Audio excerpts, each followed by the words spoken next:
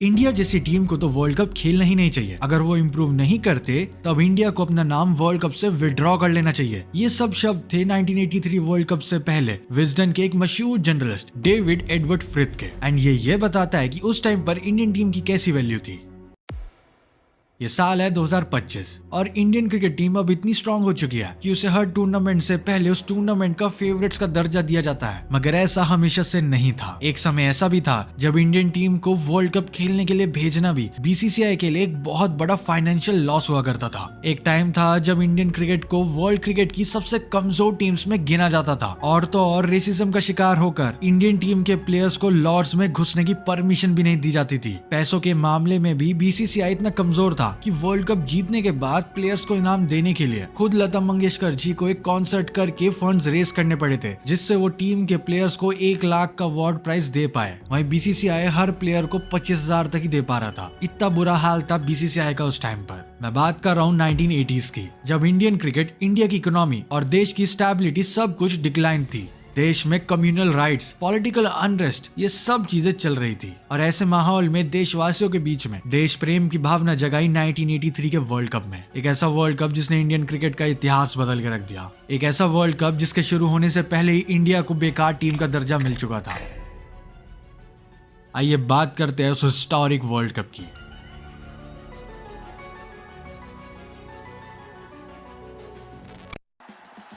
1 जून 1983 India की cricket team world cup खेलने के लिए इंग्लैंड जाती है।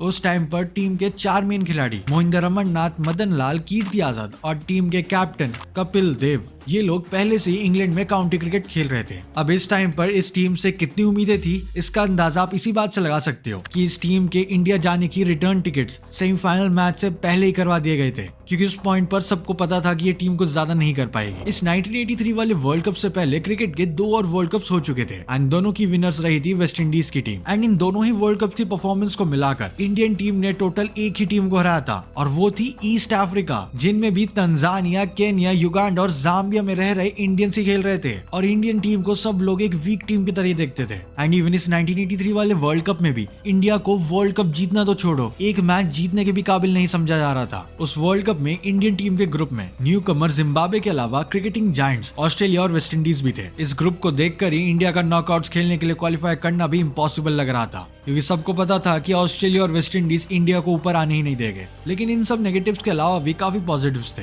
जैसे कि इंडियन टीम में सबसे बड़ा नाम था लिटिल मास्टर सुनील गावस्कर का। छोटी हाइट के सनी पाजी अपनी कमाल की बैटिंग के लिए पूरी दुनिया में फेमस हो चुके थे। एंड इवन वो 10,000 रन पूरे करने वाले दुनिया के सबसे पहले प्लेयर थे। वर्ल्ड कप से ठीक पहले फॉर्म में एक डिप आने की वजह से उन्हें कैप्टनसी से हटा दिया गया था। लेकिन इस सब के बावजूद इस वर्ल्ड कप में उन्हें इंडिया की इकलौती उम्मीद की तरह भी देखा जा रहा था, जो कि ये बताने को काफी है कि वो कितने ज्यादा अच्छे प्लेयर थे। लेकिन उनकी जगह पर इस बार टीम का कैप्टन बनाया गया था एक यंग प्लेयर कपिल देव को। अब बात करते हैं बाकी के स्क्वाड की। उनके अलावा टीम में थे न्यू गावस्कर कहलाए जाने वाले दिलीप वेंगसरकर, कमाल के अटैकिंग ओपनर के श्रीकांत, टीम के इकलौते wicket keeper Syed Kirmani, promising allrounder Ravi Shastri, middle order batsman late Yashpal Sharma, Sandeep Patil और कीर्ति आजाद, फास्ट बॉलर्स बलविंदर सिंह संधू, रॉजर बिनी, सुनील वाल्सन और मदन लाल। एंड टीम के वाइस कैप्टन थे मोहिंदर अमरनाथ। इस वर्ल्ड कप के शुरू होने से पहले इंडियन टीम के 4 मैचेस काउंटी टीम्स के अगेंस्ट करवाए गए थे, मगर टीम की हालत इतनी बुरी थी कि हम 4 में से 3 वार्म अप मुकाबले भी हार गए। ऑफ द फील्ड भी हमारी टीम के लिए टाइम काफी खराब चल रहा था, क्योंकि इंडियन टीम को इंग्लैंड में रेसिज्म का शिकार होना पड़ा था। क्योंकि जब इंडियन टीम के मैनेजर PR मान सिंह टीम के पासेस लेने के लिए ECB के हेडक्वार्टर्स जाते हैं, तब उन्हें लॉर्ड्स के स्टेडियम का एक्सेस तक नहीं दिया जाता। एंड इवन उन्हें बेइज्जत करते हुए ये कहा गया कि जब टीम इंडिया फाइनल्स पहुंचेगी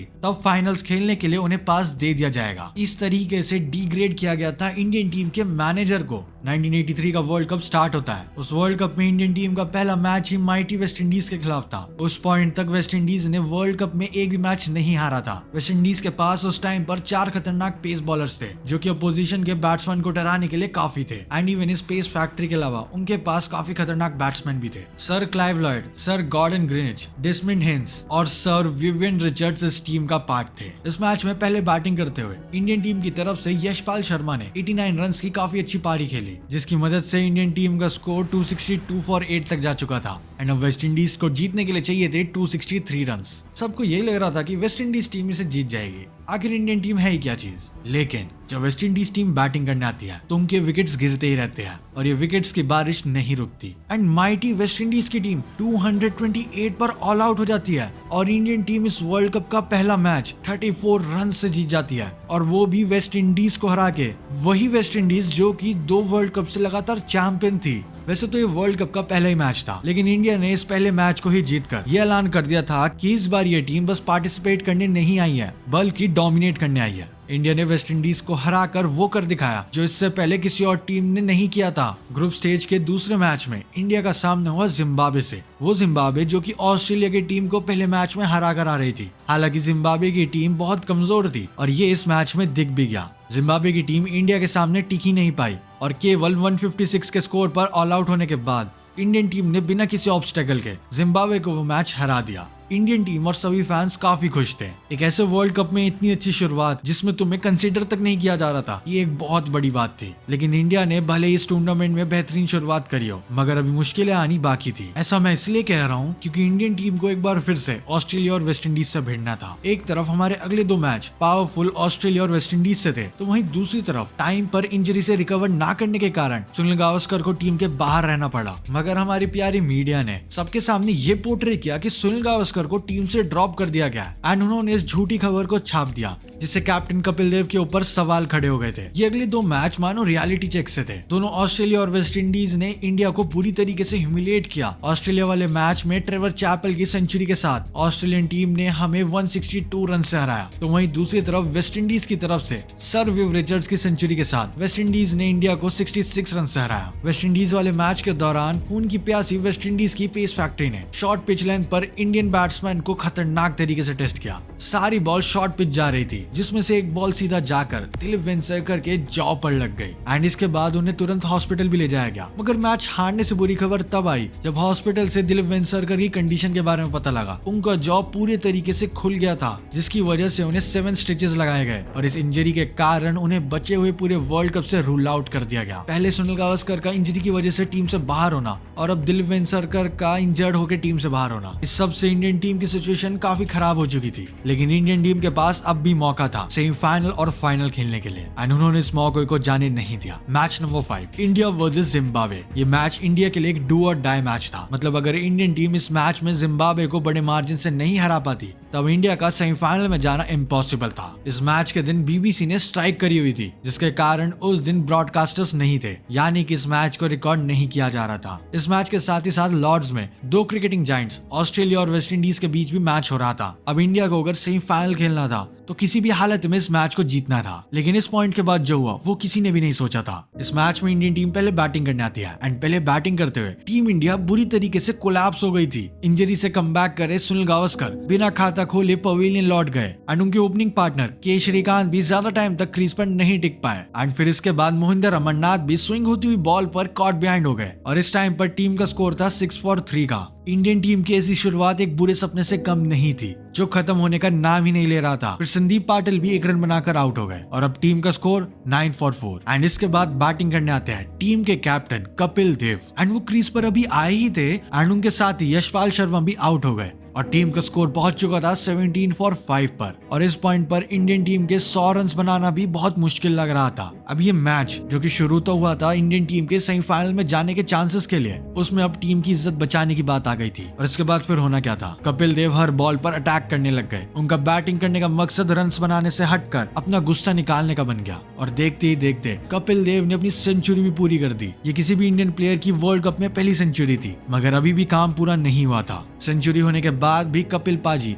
एक बार फिर से अपनी अटैकिंग बैटिंग कंटिन्यू रखते हैं और 60 ओवर्स के एंड तक बस ग्राउंड में चारों तरफ चौके छक्के मार रहे थे। कपिल पाजी ने 127 के स्ट्राइक रेट के साथ नॉट आउट 175 रन बना दिए थे, जिसमें उन्होंने 16 चौके और 6 छक्के मारे थे। ये ओडीआई फॉर्मेट का उस टाइम का सबसे बड़ा इंडिविजुअल स्कोर था। कपिल देव सिंगल हैंडेडली वो मैच जिम्बाब्वे के हाथों से छीन लेते हैं और इंडियन टीम 266 रन बनाती है, जिसके जवाब में जिम्बाब्वे की टीम 235 पर ऑल आउट हो जाती है और इंडियन टीम वो मैच 31 रन से जीत जाती है। लेकिन बात यहाँ पर खत्म नहीं हुई थी। इंडियन टीम का अगला मैच एक वर्चुअल क्वार्टर फाइनल के बराबर था। अब था ग्रुप स्टेज का लास्ट मैच एंड एक बार फिर से हमारे सामने माइटी ऑस्ट्रेलिया खड़ी हुई थी। ग्रुप स्टेज के पिछले मैच में ऑस्ट्रेलिया ने इंडिया को 162 रन से हराया था, मगर आज इंडियन टीम का मूड कुछ और ही था। टीम इंडिया इस मैच में डरते हुए नहीं बल्कि रिवेंज लेने की माइंडसेट से आई थी। इस मैच में इंडिया पहले बैटिंग करते हुए 247 का एक रिस्पेक्टेबल टोटल बनाती है एंड अब उसके बाद काम था इंडिया के बॉलर्स का, जिसमें इंडिया के फास्ट बॉलर बलविंदर सिंह संधू, मदन लाल और रॉजर बिनी ने ऑस्ट्रेलिया को घुटने पर ला दिया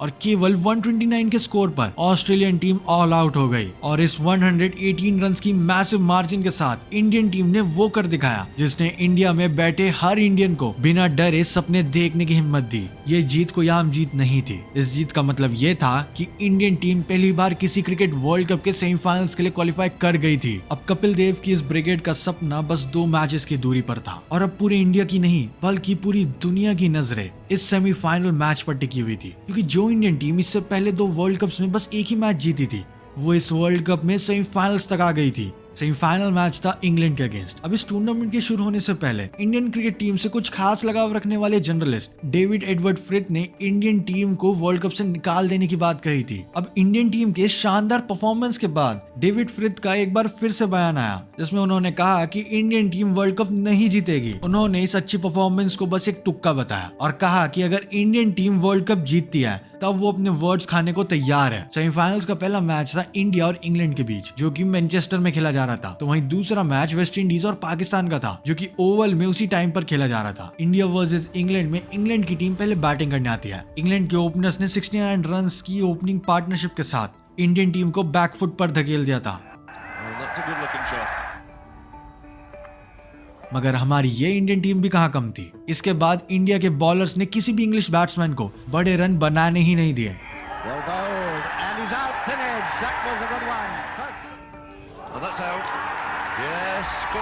और इंग्लैंड की टीम 60 ओवर्स की आखिरी बॉल पर 213 रन पर ऑल आउट हो गई।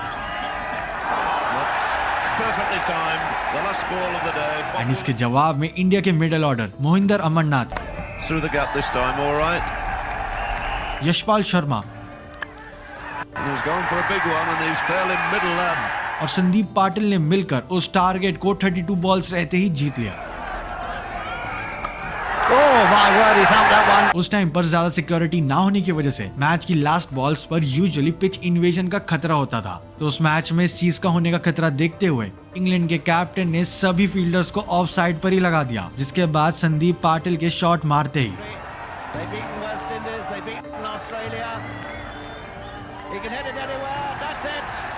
सभी प्लेयर्स डगआउट की तरफ भागने लग गए। इंडिया ने होस्ट इंग्लैंड को वर्ल्ड कप से बाहर का रास्ता दिखा दिया था एंड इसका मतलब ये था कि इंडियन टीम फाइनल के लिए क्वालिफाई कर गई है। मैनेजर PR मान सिंह सहित पूरी टीम को लॉर्ड्स का स्पेशल पास एक्सेस दिया गया। दूसरी तरफ ओवल में वेस्ट इंडीज ने पाकिस्तान को हरा दिया था और वो अपना तीसरा कंसेक्यूटिव वर्ल्ड कप फाइनल खेलने के लिए तैयार थी। अब भले इस मैच का कोई भी नतीजा आता, मगर इंडिया ने इस टूर्नामेंट में ऐसी चीज कमाई थी जिसका कंपैरिजन ट्रॉफी से नहीं किया जा सकता एंड वो था सेल्फ कॉन्फिडेंस। अब पूरे वर्ल्ड में इंडियन टीम को एक वीक टीम की तरह नहीं बल्कि एक खतरनाक टीम की तरह देखा जा रहा था। कपिल देव की इस फौज ने वो कर दिखाया था जिसकी कोई कल्पना भी नहीं कर सकता था। इंडिया और वर्ल्ड कप के बीच में बस अब एक मैच था। उस टाइम पर सभी क्रिकेट फैंस की नजरें इस मैच पर टिकी हुई थी। डेट थी 25 जून 1983, India versus West Indies, the 1983 world cup final. ये मैच खेला जा रहा था लॉर्ड्स के प्रेस्टिजियस ग्राउंड पर, जिसकी पिच पर काफी ज्यादा घास थी, यानी कि फास्ट बॉलर्स के लिए पिच में काफी ज्यादा मदद थी। इंडियन टीम टॉस हार गई,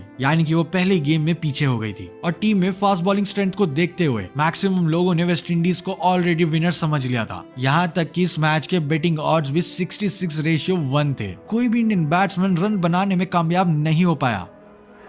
Well done, that's beautifully bowled. Gavaskar has gone, the first wicket down. Always bowling, beautiful ball. और वेस्ट इंडीज के बॉलर्स रेगुलर इंटरवल्स में विकेट लेते जा रहे थे। That's out. Hold him. It's all over, that's the end.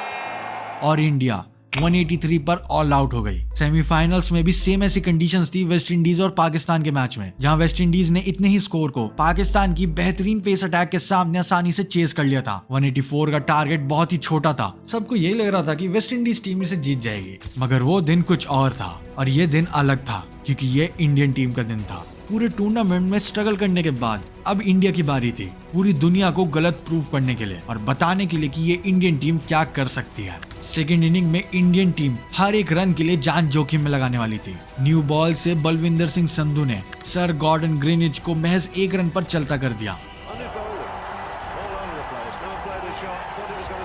मगर फिर batting करने आते हैं the greatest batsman of all time, the gangster of cricket, sir Vivian Richards, and उन्होंने आते ही अग्रेसिव हिटिंग करना शुरू कर दिया।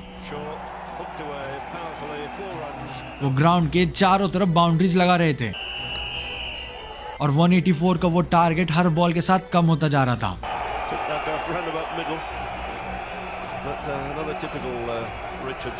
एंड वेस्ट इंडीज 1 विकेट के नुकसान पर 50 रन तक पहुंच गया था, मगर उसके बाद 6 मारने की कोशिश में सर विव रिचर्ड्स ने बॉल को मिस टाइम किया और पीछे भागते हुए कपिल देव ने एक शानदार कैच पकड़ा।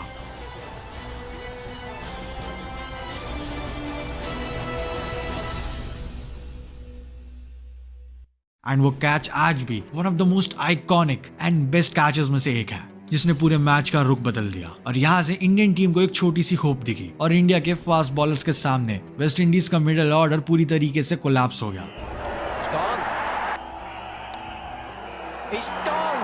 और देखते ही देखते वेस्ट इंडीज का स्कोर 66 फॉर 6 हो गया और अब इंडिया को बस वर्ल्ड कप दिखाई दे रहा था। मगर चीजें जितनी आसान दिखती है वो असल में नहीं होती।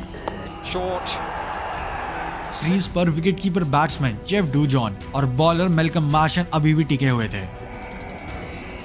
183 का छोटा स्कोर बनाने के बाद इंडियन टीम वेस्ट इंडीज की तरफ से एक भी पार्टनरशिप अफोर्ड नहीं कर सकती थी। एंड इस मोमेंट पर कैप्टन कपिल देव ने अपना आखिरी कार्ड खेला। उन्होंने बॉल थमाई जिमी पाजी यानी कि मोहिंदर अमरनाथ को और ये सडन बॉलिंग चेंज इंडिया के इतना काम आया कि जिमी पाजी ने दोनों सेट बैट्समैन को आउट कर दिया और फिर वेस्ट इंडीज का स्कोर आ गया 140 फॉर 9 पर। मैच की सिचुएशन काफी इंटेंस हो चुकी थी और अब इंडियन टीम को वर्ल्ड चैंपियन बनने के लिए चाहिए था बस 1 विकेट। पूरा क्राउड ग्राउंड इन्वेजन करने के लिए रेडी था। बॉल थी मोहिंदर अमरनाथ के पास और उनकी बॉल जाकर सीधा माइकल होल्डिंग के पैड्स पर लगी। मानो एक पल के लिए वक्त थम ही गया था और उसके बाद अंपायर ने उंगली खड़ी करी और वेस्ट इंडीज की वो माइटी टीम ऑल आउट हो गई, जिसका मतलब ये था कि Indian team world cup final match 43 run से जीत गई और वर्ल्ड चैंपियन बन गई। ये मोमेंट ऐसा था जो कि वर्ड्स में बयान नहीं किया जा सकता एंड ये पूरा मोमेंट बताते हुए मुझे काफी अच्छा और प्राउड फील हो रहा है। वर्ल्ड कप की वो चमचमाती ट्रॉफी कपिल देव के हाथों में थी और उसी समय 7 समंदर पार पूरा इंडिया क्रिकेट के प्यार में गिरने को तैयार था। ये लड़ाई सिर्फ हार और जीत की नहीं थी, ये लड़ाई थी इज्जत की। इस जीत ने पूरी दुनिया को इंडियन क्रिकेट को सीरियसली लेने पर मजबूर कर दिया। यहाँ तक कि जिस टीम को लॉर्ड्स में घुसने की परमिशन तक नहीं दी गई थी, उसी टीम ने लॉर्ड्स में जाकर ये वर्ल्ड कप जीता था एंड इवन उसी टीम के घर पर अगला वर्ल्ड कप ऑर्गेनाइज किया गया था। ये कहानी दुनिया की सबसे बड़ी अंडरडॉग स्टोरीज में से एक है। कैसे एक टीम ने अगेंस्ट ऑल द ऑड्स जाकर existing world champion West Indies को हराकर पूरी दुनिया को शॉक में डाल दिया। एंड ऑल्सो इस फाइनल के 1 महीने बाद जनरलिस्ट डेविड फ्रिथ, जिन्होंने कहा था कि अगर इंडिया जीत गई तो वो अपने वर्ड्स खा जाएंगे, वो लॉर्ड्स के ग्राउंड पर गए और उन्होंने एक ग्लास रेड वाइन के साथ अपना लिखा हुआ न्यूज़पेपर आर्टिकल खा लिया। ये थी 1983 वर्ल्ड कप की स्टोरी, या फिर यूं कहूं ये थी स्टोरी इंडियन क्रिकेट के एक नए फेज की। इसके बाद इंडियन क्रिकेट किस ऊंचाई पर गया और कितने सारे लेजेंडरी प्लेयर्स दिए। इस जीत ने इंडियन टीम को एक इज्जत दी और इसने पूरे इंडिया में क्रिकेट के लिए पैशन और बढ़ा दिया। जिसके बाद इंडिया ने एक से बढ़कर एक लेजेंडरी प्लेयर्स दिए और इंडियन टीम ने कैसी हिस्ट्री बनाई है और किस ऊंचाई पर इंडियन टीम गई है, इसको पूरे वर्ल्ड ने विटनेस किया।